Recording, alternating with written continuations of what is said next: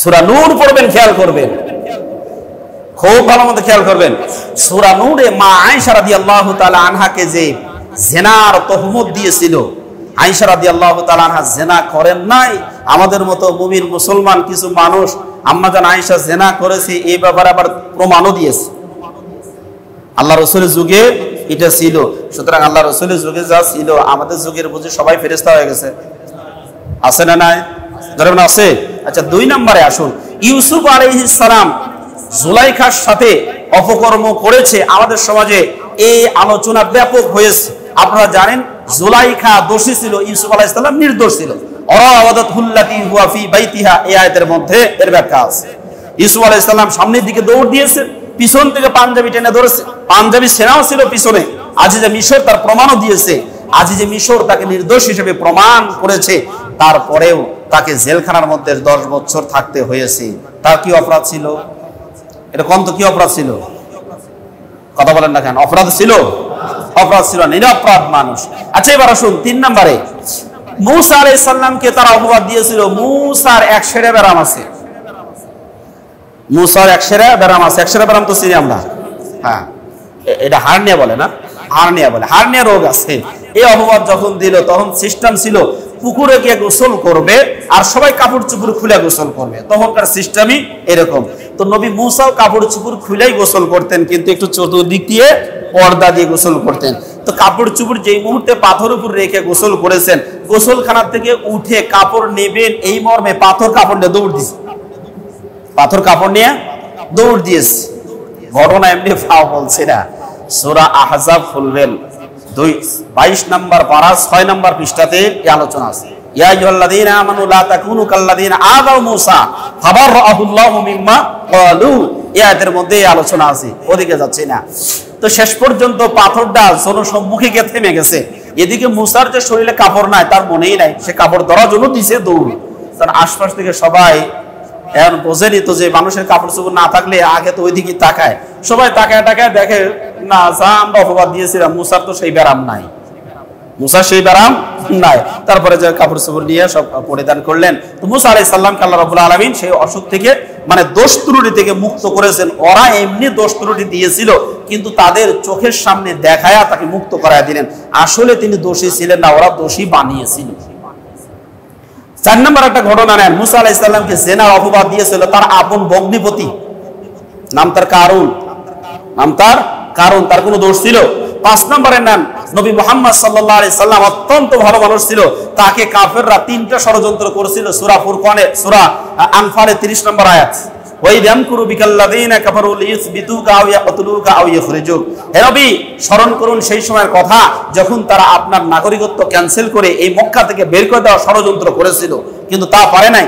2 নম্বরে তারা আপনাকে হত্যা করার ষড়যন্ত্র করেছিল, তাও পারে নাই। 3 নম্বরে ষড়যন্ত্র করলো আপনাকে আমৃত্যু জেলখানার মধ্যে আবদ্ধ করে রাখবে, তবে 3 বছর পর্যন্ত জেলখানার মধ্যে আবদ্ধ করে রেখেছিল তারা, যেটাকে শিআবে আবু তালিব বলা হয়। আচ্ছা, এই যে 5টা ঘটনা বললাম, আচ্ছা বলেন তো এদের কি দোষ ছিল? দোষ ছিল? জোরে বলেন, দোষ ছিল? দোষ ছিল না। তাহলে বর্তমানে আচ্ছা ওনাদের দোষ ছিল না, কিন্তু তারপরেও জুলুম নির্যাতনের শিকার হতে হয়েছে কেন? সত্যের পথে অটল অবিচল থাকার কারণে, কায়েমি স্বার্থবাদী ব্যক্তিদের স্বার্থে আঘাত দেওয়ার কারণে এদের উপরে কায়েমি স্বার্থবাদী ব্যক্তিগুলা উঠে পড়ে লেগেছিল। তাদের স্বার্থে আঘাত করার কারণেই এই সমস্ত লোকগুলো তাদের উপরে জুলুম নির্যাতন শুরু করে দিয়েছিল। বর্তমানেও আমি আপনি যদি কায়েমি স্বার্থবাদী ব্যক্তির বিরুদ্ধে উঠে পড়ে লাগি, যেমন একজন মদের ব্যবসা করে, আমি যদি তার বিরুদ্ধে কথা বলি, উনি কি আমাকে দাওয়াত দেখা হবে? যারা বলেন দাওয়াত দিবে? ওর তো ব্যবসা মাঠে তুলে দিচ্ছে, দাওয়াত দিবে কোত্থেকে? ও যা করা দরকার আমাকে তা করবে। একজন ঘুষ খাচ্ছে, ওর ঘুষের বিরুদ্ধে সব জায়গায় ছড়িয়ে দিই আমাকে ঘুষ খায়, প্রমাণ উপস্থাপন করি, ভালো চোখে দেখবে? মোটেই দেখবে না। কায়েমি স্বার্থবাদী যারা আছে, স্বার্থে আঘাত লাগলেই দেখবেন সেই লোকটা আমার আপনার বিরুদ্ধে উঠে পড়ে লাগবেই। তো এবার আসুন, হাবিল একে হত্যা করার পরিকল্পনা করলো কে? কাবিল। আচ্ছা, হাবিলের কোরবানি কবুল হয়েছে? হাবিলের কোরবানি কবুল হয়েছে, এটা কি হাবিলের অপরাধ? যারা বলেন অপরাধ না, অপরাধ না। এখন আসুন, হাবিলের কোরবানিটা কেন কবুল হলো দেখেন। আল্লাহ রাব্বুল আলামিন বলছেন, ক্বালা ইন্নামা ইয়াতাকাব্বালুল্লাহু মিনাল মুত্তাকিন। ও আমার আপন ভাই, আমার কোরবানিটা আল্লাহর দরবারে কবুল হয়েছে, তোমার কোরবানি আল্লাহর দরবারে কবুল হয় নাই, এই জন্য আমার উপর রাগান্বিত হয়েছো। এখানে বোঝা গেল যে মৌলিক কারণটা, হত্যা করার মৌলিক কারণ হলো হাবিলের কোরবানিটা আল্লাহর দরবারে কবুল হওয়া। তার মানে যত ভাই বোন আছে সেই ভাই বোনের মধ্যে হাবিল জনপ্রিয়তা অর্জন করেছে। এই পৃথিবীতে ভালো মানুষের উপর বিপদ আপদ আসার যতগুলো কারণ আছে তার মধ্যে অন্যতম কারণ হলো জনপ্রিয়তা। অন্যতম কারণ হলো জনপ্রিয়তা। ইউসুফ আলাইহিস সালাম তার ভাইয়েরা তাকে কুয়ার মধ্যে নিক্ষেপ করেছিল, এর মূল কারণ হলো বাপের কাছে জনপ্রিয় বেশি ছিল, এছাড়া কোনো সমস্যা ছিল না। হাবিল ডাক দিয়ে বলতেছে, ভাই কাবিল, ইন্নামা ইয়াতাকাব্বালুল্লাহু মিনাল মুত্তাকিন, নিশ্চয় আল্লাহ সেই সমস্ত ব্যক্তিদের কোরবানি কবুল করেন যারা তাকওয়ার গুণে গুণান্বিত হন, যারা মুত্তাকি হন। মুত্তাকির মনোভাব নিয়ে যারা কোরবানি করেন আল্লাহ রাব্বুল আলামিন তাদের কোরবানিগুলো কবুল করেন। এবার আসুন এই আয়াতে কারিমা থেকে আমাদের শিক্ষাগুলো নিয়ে সামনের দিকে যাই। হাবিল বললেন অবশ্যই মুত্তাকিদের কোরবানি আল্লাহ রাব্বুল আলামিন কবুল করবেন। হাবিলের ক্ষেত্রে তাকওয়া কি ছিল, কাবিলের ক্ষেত্রে তাকওয়ার অভাব কি ছিল? আমি আপনার যদি একটু তাফসীর ইবনে কাসির খুলে দেখি, তাফসীরে কুরতুবীর মধ্যে পেয়ে যাব সবগুলো ঘটনা। হাবিল ছিল মেষ চালক, হাবিলের অনেকগুলো ছাগল ছিল, দুম্বা ছিল। আর কাবিল ছিল একজন কৃষক। আল্লাহ রাব্বুল আলামিন যখন এই নির্দেশনা দিলেন তোমরা দুইজন কোরবানি করো, কাবিল তখন চিন্তা করলো এই ফর্মালিটি মান্য করতে হবে, এটা জাস্ট শুধু ফর্মালিটি। আমার এই কোরবানি কবুল হলেও আমি আকলিমাকে বিয়ে করব, কবুল না হলেও বিয়ে করব। আগের থেকেই গায়ের জোর দেখাচ্ছে, তার মানে তার ভিতরে তাকওয়ার অভাব ছিল। এই কারণে সে যেহেতু কৃষি কাজ করতো, ওই যে অনেক সময় মসজিদ অথবা মক্তব থেকে ধান কালেকশনের জন্য যদি যায় তাহলে দেখবেন চাষি বাড়ির মধ্যে থেকে আসতে অনেক দেরি করে। চাষি অত দেরি হলো কেন? তা বাবু একটু বাড়ির মধ্যে থেকে ধান নিয়ে তো চাষি এখানে তো গজা ধান আছে, এগুলা দেও না কেন? না বাবু এগুলা দেওয়া যাবে না। তা আধা ঘন্টা বড় বাড়ির মধ্যে মানে ঝাঁকায়া এক কুলা ধান নিয়ে এসছে, নিয়ে এসে কয় হুজুর নাও ধান দিতেছি নাও।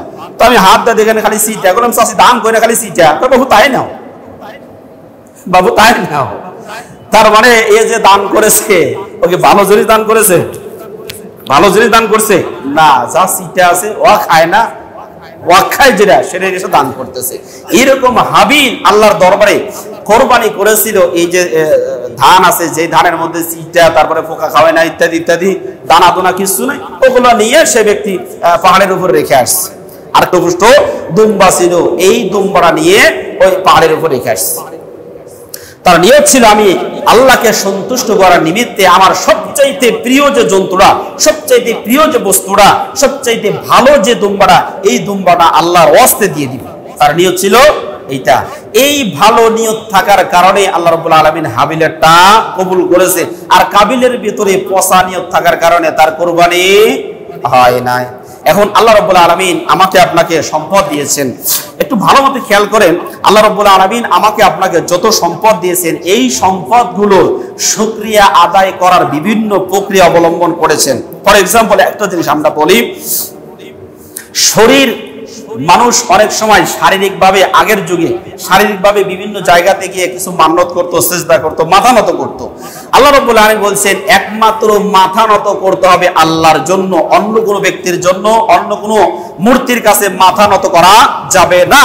অন্য কোনো ব্যক্তির কাছে মাথা নত করা যাবে না, এটা নিষিদ্ধ করে কার্যকরী পদক্ষেপ যেটা তিনি জারি করলেন সেটা হলো নামাজের মাধ্যমে আল্লাহর কাছে মাথা নত করতে হবে। কারণ মাথা দিয়েছেন কে?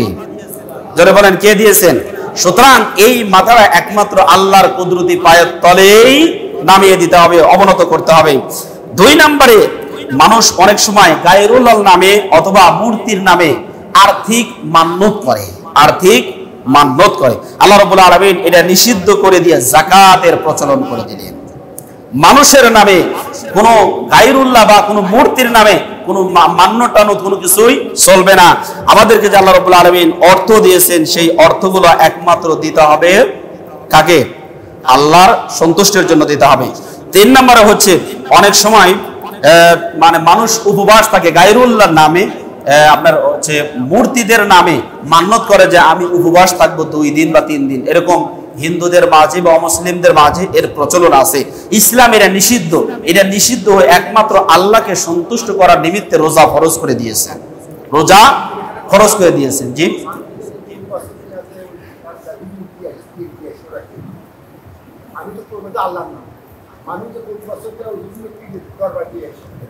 দেওয়া যাবে না। না, সবাই দিয়ে আসতেছে। ভাই আমরা দিয়েছি কোন দিন? আমাদেরকে দেখছেন কোনদিন? এই তো দুজন হয়ে গেলাম। দেওয়া যাবে না, এখানে দেওয়া যাবে না।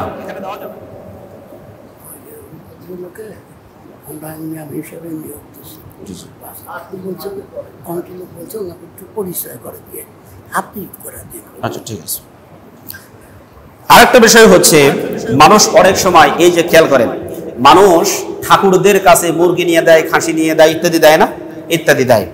আল্লাহ রাব্বুল আলামিন বলছেন, কোন প্রাণীর নামে অথবা কোন মূর্তির নামে কোন ধরনের মান্যত, নজর কোনো প্রাণী কিচ্ছু দেওয়া যাবে না। এটার পরিবর্তে আল্লাহ রাব্বুল আলামিন কোরবানির সিস্টেম জারি করে দিলেন। তবে কোরবানি করতে গিয়ে ওমা উহিল্লা বিহি লিগাইরিল্লাহ, কোরবানি করতে গিয়ে আল্লাহ বাদ দিয়ে যদি অন্য কারো সন্তুষ্টির নিয়তে কেউ কোরবানি করে, তাহলে ওই কোরবানি জায়েজ হবে না, জায়েজ হবে না। ওমা উহিল্লা বিহি লিগাইরিল্লাহ, আল্লাহ আমাকে পশু দিয়েছেন, এটা নিয়ন্ত্রণ ক্ষমতা আমাকে দিয়েছেন। এত বিশাল বড় একটা গরু, ষাঁড় গরু 10 জন টেনে নিয়ে যায়, তারপরে নিয়ন্ত্রণ করি। এই যে নিয়ন্ত্রণ ক্ষমতা, স্পেশাল পাওয়ার আল্লাহ রাব্বুল আলামিন মানুষকে পশুর উপরে দিয়েছেন, এটার শুকরিয়া আদায় করার জন্য এই পশুটাকে আল্লাহর জন্য জবাই করে দিতে হবে। সেকেন্ড একটা বিষয় হলো, এই পশুর প্রকৃত মালিক আমি না, আমি হলাম ধার কর্জের মালিক। আমার কাছে কর্জ দেওয়া হয়েছে, প্রকৃত মালিক হলেন আল্লাহ। যেই আল্লাহ প্রকৃত মালিক, সেই আল্লাহর জন্য আমার পশুটা দিয়ে যাচ্ছি। এই চিন্তাটা আমার আপনার মাথার মধ্যে থাকতে হবে। সুতরাং এ নিয়ত করা যাবে না, এই সলিমুল্লাহ এদিকে আয়, একটা ছাগল কিনে নিয়ে আয়। কেন? ওই যে আমার ছোট মেয়ের জামাই তো গরু খায় না, ওর জন্য একটা ছাগল কোরবানি দে। কি কোরবানি দে? একটা ছাগল কোরবানি দে। ওর কোরবানি হবে? বলেন তো, এটা কি আল্লাহকে সন্তুষ্ট করার জন্য না বিটি জামাইকে খাওয়ানোর জন্য? হ্যাঁ, যদি এবার কোরবানি না দিই, মানুষ কবু কি এতগুলো টাকা জমি পয়সা পাইলাম, রোডে এতগুলো জায়গা পাইছে, মাত্র এই পুচ্ছা একটা গরু, বড় গরু কিনে নিয়ে আয়। মস্ত বড় গরু কিনে নিয়ে আসছে, আল্লাহকে সন্তুষ্ট করার জন্য নাকি লোককে দেখার জন্য? লোক দেখানোর জন্য। এই কোরবানি আল্লাহর দরবারে কবুল হবে না।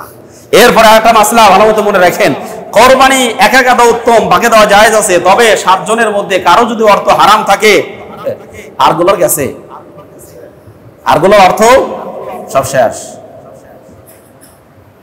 একজনের অর্থ যদি হারাম থাকে, তাহলে সবার অর্থই হারাম হয়ে যাবে, গোশত খাওয়া হবে, কোরবানি হবে না।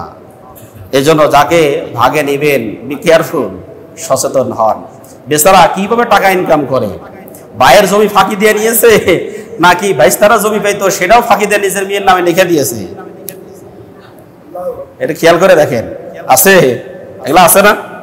আছে, খেয়াল করবেন এগুলা। এখন বলবেন, হুজুর বেতনের ছাক্কা পয়সা তুলে নিয়ে এসে কোরবানি দেব। অন্যান্য টাকা পয়সা গুলো তো ওগুলো হারাম, কিন্তু বেতনের যে টাকাটা, এটা তুলে নিয়ে এসে কোরবানি দিব। অর্থ ওইভাবে আলাদা করা যায় না, অর্থ ওইভাবে আলাদা করা যায় না। অনেকে না বুঝে বাপের জমি বেচে হজ করতে যায়, সারা জীবন করা কি উল্টা পাল্টা টাকা পয়সা কামাই করছি, এই টাকা নিয়ে হজ করতে গেলে হজ কবুল হবে না, অথবা জমি বেচে হজ করতে যাব। এটা আপনাদের সামনে অনেক আলোচনা করেছি, বিষয়গুলো নিয়ে অনেক আলোচনা করেছি। আশা করি যে এগুলা থেকে আমরা উপকৃত হতে পারবো ইনশাআল্লাহ। তাহলে একমাত্র নিয়ত করতে হবে কাকে সন্তুষ্ট? আল্লাহকে সন্তুষ্ট করার জন্য। আমা যুবিহা আলান নুসুক, যারা মূর্তির নামে কোনো কিছু জবাই করবে, এই কোরবানিগুলো হালাল হবে না, জায়েজ হবে না। কোনো মূর্তির নামে উৎসর্গ করা যাবে না, কোনো খাজার নামে, বাজার নামে, এরপরে কোনো পীরের সাহেবের নামে এই গরুটা উৎসর্গ করে দিলাম, খবরদার, ধরা যাবে না, ছোঁয়া যাবে না। এটা হিন্দুদের প্রথা। এটা কাদের প্রথা? সময় থাকলে আমি বলতাম, কোরআনের প্রত্যেকটা বাবানে রেফারেন্স আছে। এরকম তারা একটা গরু পালতো, একটা পশু পালতো, গলায় কিছু দিয়ে দিত, বলতো এটা এবার এই আপনার হচ্ছে গির্জার জন্য উৎসর্গ করে দেওয়া হয়েছে। এটা কেউ মারতো না, কারো জমির যা ধান খাস হাত করলেও ওটাকে দূর দূর পর্যন্ত কইতো না, কারণ এটা আল্লাহ, ওরা মূর্তির নামে উৎসর্গ করে দিয়েছে।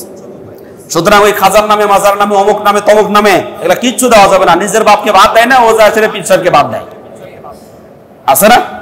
বদমাইশে তাড়িয়ে এগুলা।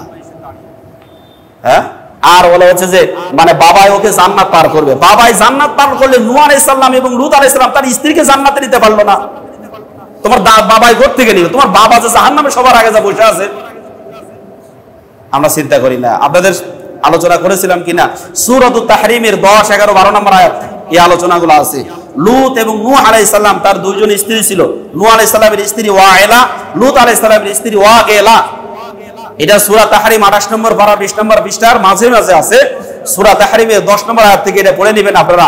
লূত আলাইহিস সালাম তার স্ত্রীকে জান্নাতে নিতে পারে নাই, লূত আলাইহিস সালাম তার স্ত্রীকে জান্নাতে নিতে পারে নাই, নবী তার স্ত্রীকে পারে নাই, এবং নূহ আলাইহিস সালাম তার ছেলে কেনানকে জান্নাতে নিতে পারে নাই। যখন বলছে ইয়া আল্লাহ আমার সন্তান তো ডুবে যাচ্ছে, একটু নৌকার মধ্যে তুলি, আল্লাহ এমন ধমক দিছে নবীকে, ইন্নাহু আমালুন গায়রু সালিহ, খবরদার এভাবে কথা বলতে পারবে না। এটা তোমার ওর যা সন্তান হতে পারে, কিন্তু যে আল্লাহর অস্তিত্বে বিশ্বাস করে না, ওর যা সন্তান হওয়ার পরে তোমার সন্তান হতে পারে না। এটা আল্লাহ এই কথা বলে দিয়েছে, পীর সাহেব তোমাকে ধরে নিয়ে জান্নাতে দিয়ে আসবো। কি সব মানে উলুট পালট এগুলো ওই এলাকায় বেশি। যাক আল্লাহ মাফ করুক। আমরা যে কোরবানি করবো সম্মানিত ভাইরা আমার, আমরা একমাত্র আল্লাহকে সন্তুষ্ট করার জন্যই করব। কারণ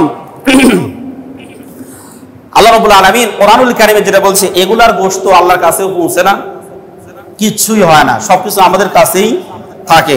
সুতরাং যেহেতু আমাদের কাছে সবকিছু থাকে, একটু নিয়তটা বিশুদ্ধ করি।